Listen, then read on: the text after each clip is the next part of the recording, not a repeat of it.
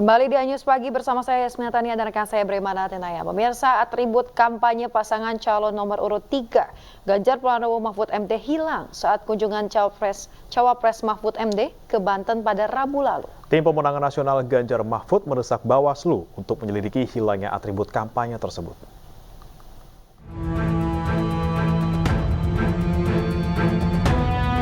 Aksi pencabutan baliho pasangan Ganjar Mahfud MD kembali terjadi. Kali ini terjadi di Banten bertepatan dengan kedatangan Cawapres nomor 3 Mahfud MD pada Rabu lalu. Menurut politikus PD Perjuangan Boni Triana, ada sekitar 70 lebih atribut Ganjar Mahfud yang hilang. Jadi titik pemasangannya mulai dari keluar tol Serang, kemudian masuk ke Cidahu ke arah pesantrennya Abuya Muhtadi. Kami melihat ada yang khawatir karena Abuya Muhtadi sebagai ulama terkemuka di Banten ya, yang sangat berpengaruh dan didengarkan oleh masyarakat Banten itu sudah menyampaikan maklumatnya mendukung pasangan Pak Ganjar dan Pak Mahfud. Ganjar Pranowo juga menerima keluhan warga soal adanya dugaan baliho Ganjar Mahfud yang dicopot saat berkunjung ke Karawang, Jawa Barat. Namun masyarakat justru menawarkan agar atribut kampanye Ganjar Mahfud dipasang di rumahnya. Karena Bapak Ibu pintar berkomunikasi dengan mereka, sehingga tiba-tiba masyarakat mengeluarkan, Pak, pasanglah di rumah kami akan jaga. Sementara terkait adanya pencopotan baliho Ganjar Mahfud di sejumlah daerah, tim pemenangan nasional Ganjar Mahfud menduga pencopotan atribut kampanye ini sudah direncanakan. TPN mendesak Bawaslu untuk menyelidiki dan memberikan sanksi tegas kepada pelaku. Tim Liputan iNews melaporkan. Pemirsa, tim hukum dari tim pemenangan nasional Ganjar Mahfud melapor ke Bawaslu mengenai dugaan hilangnya 70 baliho atau alat peraga kampanye untuk menyambut kedatangan Cawapres dari paslon 03 Mahfud MD di Banten. Berdasarkan informasi, laporan tersebut sudah diterima pihak Bawaslu pada Jumat 15 Desember 2023. Tim pemenangan nasional Ganjar Mahfud mendesak Bawaslu untuk mengusut tuntas hilangnya puluhan baliho Ganjar Mahfud di Banten pada saat Cawapres paslon 03 Mahfud MD menggelar kampanye di Banten Rabu lalu 13 Desember 2023. TPN menegaskan saat ini sudah memasuki masa kampanye Capres-Cawapres yang akan berkontestasi di Pilpres 2024 mendatang. Sehingga baliho sebagai alat peraga kampanye pun sudah sah dan diatur dalam Undang-Undang Pemilu. Dengan peristiwa hilangnya APK Mahfud MD sebagai Cawapres, pihak TPN menyebut hal tersebut merupakan tindakan yang melanggar hukum dan perlu diusut tuntas siapa dalangnya. Pasalnya pencabutan baliho itu dilakukan secara serentak di berbagai tempat. Kami di sini datang melaporkan dari tim pemenangan nasional TPN Ganjar Mahfud atas adanya peristiwa hilangnya APK, baliho, bendera semuanya di daerah Cidahu, Banten. Itu terjadi pada tanggal 13 dini hari ya. Jadi kami anggap ini sudah melakukan pelanggaran Undang-Undang Pemilu, Undang-Undang Nomor 17 tahun 2017, Nomor 1 tahun 2017. Jadi kami datang sini untuk melaporkan supaya nanti Bawaslu mengusut siapa pelakunya. Jadi kami harap Bawaslu harus tegas, bukan hanya Bawaslu, semua pelaksana pemilu. Ya, termasuk DKPP, termasuk Bareskrim, termasuk Kejaksaan, KPAI, agar menindak siapa saja tidak peduli. Harus tegas dan jelas untuk melawan siapa itu pelakunya. Begitu. Pemirsa, calon Presiden Partai Perindo nomor urut 3 Ganjar Pranowo bertemu dengan relawannya di Karawang, Jawa Barat pada Jumat kemarin. Para relawan menyampaikan sejumlah keluhan yang dialami kepada Ganjar Pranowo.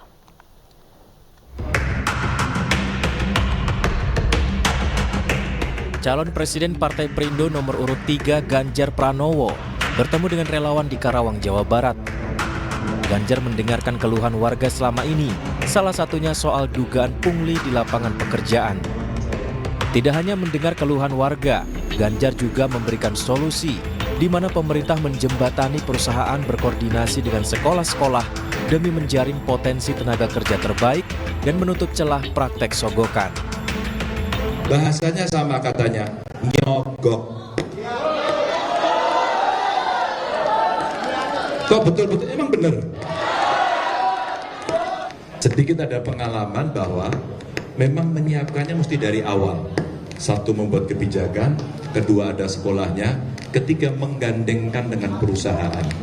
Bahkan beberapa perusahaan kita minta untuk langsung bekerja sama dengan sekolah-sekolah. Maka anak-anaknya kita siapkan betul pada soal itu. Ini cerita yang nanti bisa disampaikan kepada yang lain. Nah, itu substansi dari kami jalan-jalan selama ini. Ganjar Pranowo juga menerima keluhan warga soal adanya dugaan baliho Ganjar Mahfud yang dicopot. Menariknya, warga tidak menanggapinya dengan reaksional, tapi justru menawarkan solusi sebagai bukti suara rakyat sejati. Saya terima kasih tadi laporan koordinator bahwa kita ketuk pintu. Ini pengalaman saya. Baliho Ganjar Mahfud dicopot biasa. Di Bali dicopot. Kemudian saya ke Sumatera Utara, dicopot waktu itu. Kemarin ke Banten, Pak Mahfud mau ke sana, dipasang pagi, 2 jam gak nyampe, copot. Bapak Ibu, kalau Bapak Ibu bertemu dengan masyarakat, saya terharu karena Bapak Ibu pintar berkomunikasi dengan mereka. Sehingga tiba-tiba masyarakat mengeluarkan, Pak, pasanglah di rumah kami akan jaga. Itu Bapak Ibu, teman-teman, itu suara rakyat sejati bahwa mereka bukan penakut. Mereka punya nurani dan mereka punya cara untuk melawan dengan baik-baik. Kedatangan Ganjar Pranowo ke Karawang, Jawa Barat ini ditemani sang istri Siti Atikoh, politikus PDI Perjuangan Rieke Diah Pitaloka dan Ketua PDI Perjuangan Jabar Ono Surono. Tim Liputan iNews melaporkan. Pemirsa, calon presiden nomor urut 1 Anies Baswedan bertemu para penyandang disabilitas se-Jabodetabek di Bekasi, Jawa Barat. Anies berjanji akan melanjutkan program kartu penyandang disabilitas seperti yang pernah ia buat di Jakarta.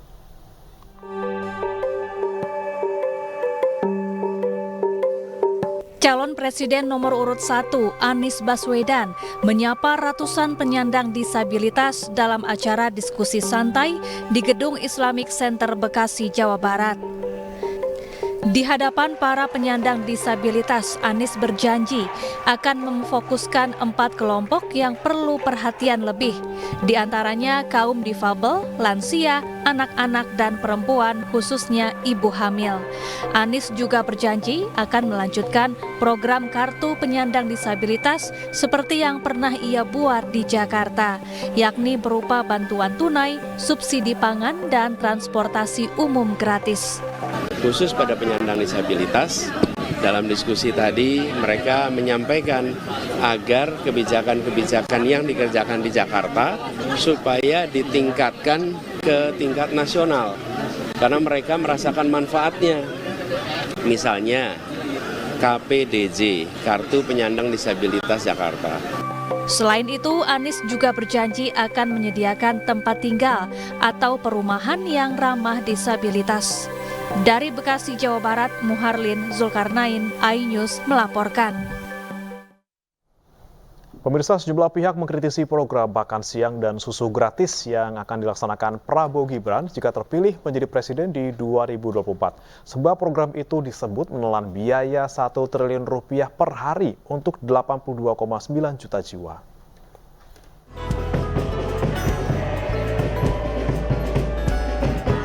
Tim kampanye nasional TKN Prabowo Gibran menjelaskan mengenai program makan siang dan susu gratis yang akan dijalankan paslon nomor urut 2 jika terpilih menjadi presiden pada 2024. Program ini menyasar anak SD, SMP, dan SMA yang jumlahnya 44 juta jiwa, ditambah anak balita 30 juta, pesantren 5 juta, dan ibu hamil 3 juta jiwa.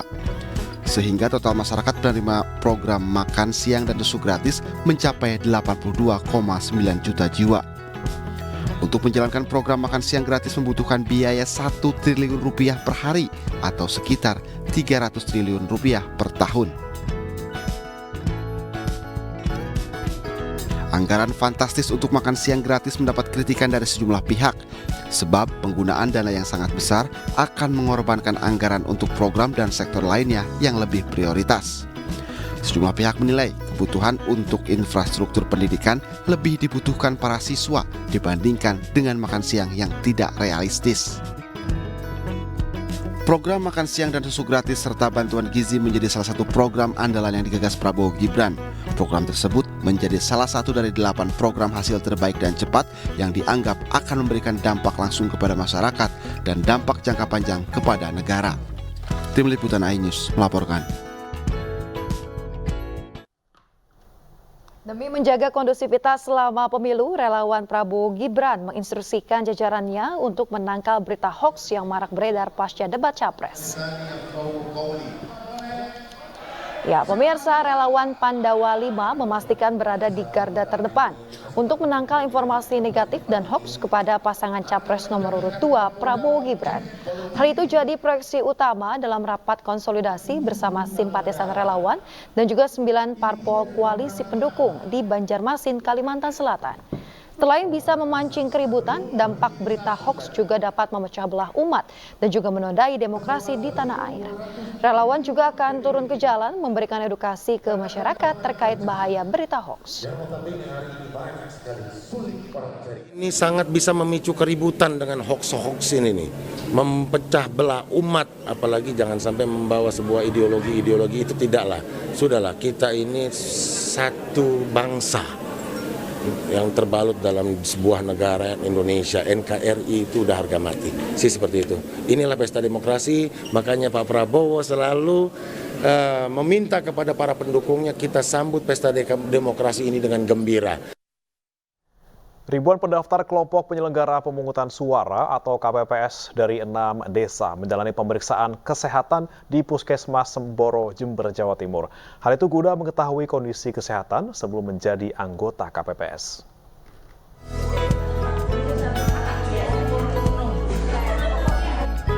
Ribuan pendaftar kelompok penyelenggara pemungutan suara KPPS dari 6 desa setempat menjalani pemeriksaan kesehatan di Puskesmas Semboro, Jember, Jawa Timur. Satu persatu pendaftar KPPS antusias memeriksa kesehatannya. Hal ini menjadi syarat mutlak untuk menjadi anggota KPPS. Periksa persyaratan KPPS. Ya suka aja. Ya mungkin kedepannya lebih enak ada pemeriksaan ini bisa tahu. Setiap hari ada 5 petugas tenaga kesehatan yang dikhususkan melayani kebutuhan warga untuk memperoleh bukti telah melakukan tes kesehatan sebagai persyaratan calon anggota KPPS. Pemeriksaan bagi pendaftar untuk KPPS untuk pemilu tahun 2025. Yang di data kami ada sekitar kurang lebih 1.100. Ya, pemeriksaan tensi sama pemeriksaan darah itu aja. Mudah-mudahan yang daftar bisa sehat semua. Juga pemeriksaannya juga sehat semua dan bisa menjadi anggota KPPS untuk pilihan ke depan. Diharapkan dengan tes kesehatan ini seluruh peserta KPPS yang lolos dapat menjalankan tugasnya dengan lancar tanpa terganggu oleh penyakit tertentu. Pemirsa, para raja, ratu, dan tokoh adat di Indonesia yang berjejaring dalam dinasti Nusantara menggelar deklarasi dukungan untuk pasangan Capres-Cawapres Ganjar Pranowo Mahfud MD. Pemirsa, deklarasi dukungan berlangsung di Jalan Sriwijaya Pudia, Kecamatan Mataram, Kota Mataram, Nusa Tenggara Barat. Dukungan hadir setelah mereka menilik rekam jejak Ganjar Mahfud yang dinilai sangat peduli terhadap nilai-nilai adat dan kebudayaan Nusantara. Mereka optimis dapat mendulang 50% suara kemenangan Ganjar Mahfud dari masyarakat NTB. Usai deklarasi, mereka berkomitmen untuk memenangkan Ganjar Mahfud di Pilpres 2024 dengan cara-cara yang terhormat dan menjunjung tinggi prinsip-prinsip demokrasi. Ucapan dan tindakan itu satu. Pemirsa, jaringan ulama dan kiai Ahlus Sunnah wal Jamaah Indonesia wilayah Sumedang dan Subang menginisiasi halaqah kebangsaan di Pondok Pesantren Al-Hikamas Salafiyah Sumedang, Jawa Barat. Halaqah ini dilaksanakan sebagai ruang diskusi dan juga penyampaian aspirasi untuk menentukan pemimpin terbaik untuk Indonesia di masa mendatang. Hasilnya, para ulama dan kiai sepakat mendukung paslon nomor urut 3 Ganjar Pranowo Mahfud MD agar menjadi presiden dan wakil presiden 2024. Ganjar Mahfud dinilai pasangan yang tepat, saling melengkapi antara nasionalis dan juga religius, serta sosok yang mampu membenahi sektor hukum.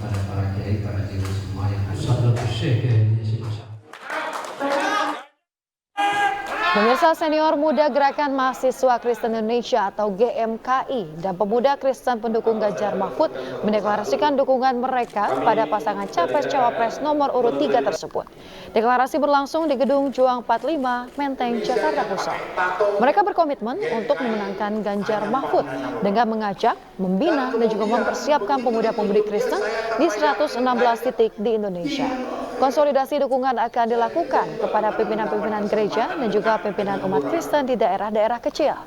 Mereka menilai pasangan Ganjar Pranowo dan Mahfud MD sebagai figur egaliter dan juga pluralis. Yang pertama sebagai Ketua Dewan Pimpinan Daerah Medan, Sumatera Utara, menyatakan saya mau berjelasan kepada senior. Aksi sosial berupa bantuan sumur bor dan cek kesehatan gratis digelar relawan Ganjar Pranowo Mahfud MD di Provinsi Nusa Tenggara Barat. Selain kegiatan sosial, juga diadakan beragam pelatihan untuk meningkatkan pertumbuhan ekonomi masyarakat.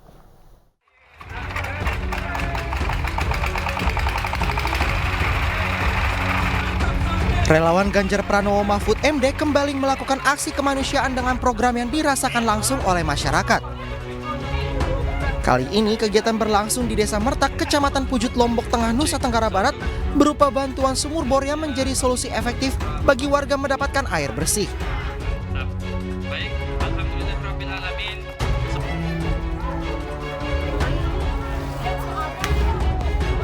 Sementara di Lombok Timur, Nusa Tenggara Barat, relawan Ganjar Mahfud mengadakan pemeriksaan kesehatan secara gratis berupa pemeriksaan tensi, hemoglobin, cek darah, hingga pemberian obat. Kegiatan ini berlangsung di dua lokasi, yakni di Desa Pringgasela Selatan dan Desa Pengandangan.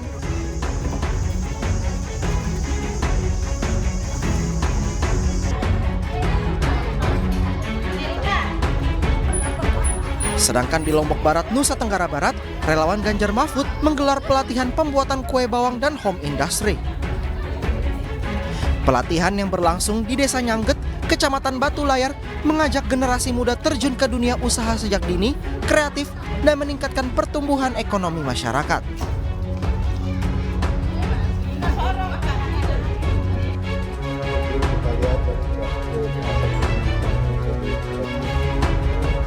Di Jakarta, relawan Ganjar Pranowo yang tergabung dalam komunitas Warteg Indonesia menggelar pelatihan memasak pepes ikan ala Padang untuk menambah pengetahuan cita rasa Nusantara. Kegiatan ini diadakan sekaligus untuk mengenalkan sosok Capres-Cawapres nomor urut 3 Ganjar Pranowo dan Mahfud MD kepada masyarakat luas.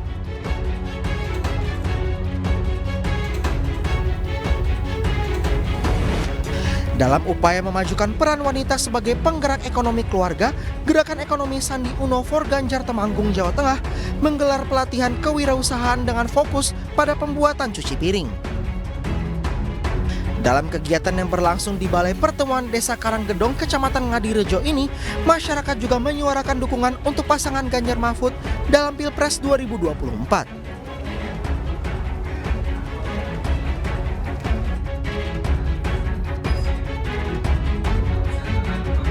Gerakan Ekonomi Sandi Uno for Ganjar Deli Serdang, Sumatera Utara juga menggelar pelatihan sabun cuci piring di Desa Medan Krio, Kecamatan Sunggal. Relawan menyebut program ini merupakan salah satu solusi kebutuhan ibu rumah tangga yang membutuhkan tambahan ekonomi keluarga dengan berbisnis.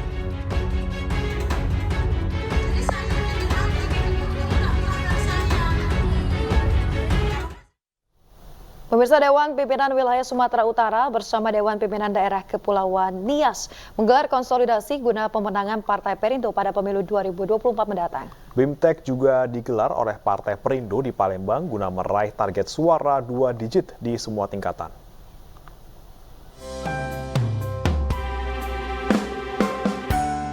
Perekrutan aksi menjadi agenda utama konsolidasi yang digelar DPW Partai Perindo Sumatera Utara dan DPD Partai Perindo Kepulauan Nias. Memaksimalkan kerja calon legislatif dengan sistem tandem antara Bacalek DPRD Kabupaten Kota provinsi serta DPR RI juga dilakukan agar target ambang batas parlemen yakni 4% dapat tercapai.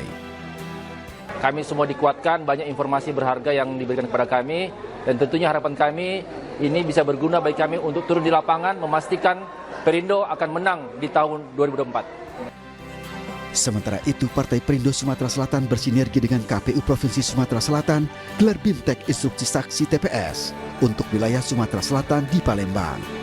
Para saksi akan mendapat bekal terkait tugas dan fungsi dalam melakukan pengawasan serta mengawal penghitungan suara, sehingga data yang didapat akan akurat. Saksi-saksi di semua TPS di Sumatera Selatan akan mendapatkan pengetahuan bagaimana menjadi saksi yang baik, yang benar, sehingga pengetahuan jadi saksi itu sama, merata di seluruh TPS-TPS. 2019 kita menggunakan situng, maka 2024 ini kita menggunakan Sirekap, nanti jadi alat bantu. Hari ini BIMTEK terdapat instruktur saksi, setidaknya para saksi bisa menggunakan smartphone, karena kita banyak menggunakan teknologi dan aplikasi. Pada pemilu 2024 mendatang, Partai Perindo menargetkan perolehan 2 digit kursi di seluruh tingkatan kabupaten kota, provinsi maupun DPR RI, serta memenangkan pasangan Capres dan Cawapres 2024 Ganjar Pranowo dan Mahfud MD. Tim Liputan iNews melaporkan. Pemirsa, MNC Sekuritas mendukung penuh acara The 9th National Investment Day yang digelar di Universitas Bunda Mulia, Jakarta Utara. Pengembangan pasar modal digital dan berkelanjutan menjadi fokus utama kegiatan yang digelar oleh program studi manajemen UBM ini.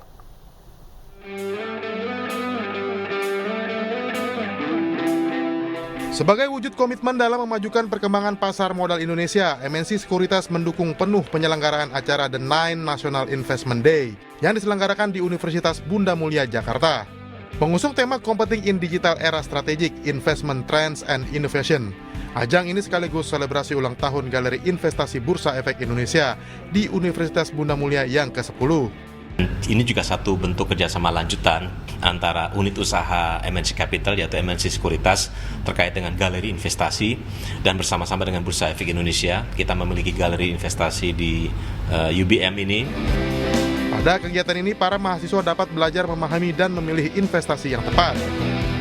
Karena terus terang untuk kedepannya ini pasar modal Indonesia itu akan sangat bergantung kepada aktivitas dari para kaum milenials. Dan diskusi dan seminar yang tentunya akan bisa memberikan bekal kepada rekan-rekan mahasiswa di UBM untuk bisa lebih maju lagi. MNC Sekuritas senantiasa mendukung pengembangan pasar modal di tanah air, salah satunya melalui aplikasi Motion Trade yang telah tersedia 124 produk reksadana dari 25 manajer investasi. Dari Jakarta, Anissa Septriani, Leman iNews melaporkan.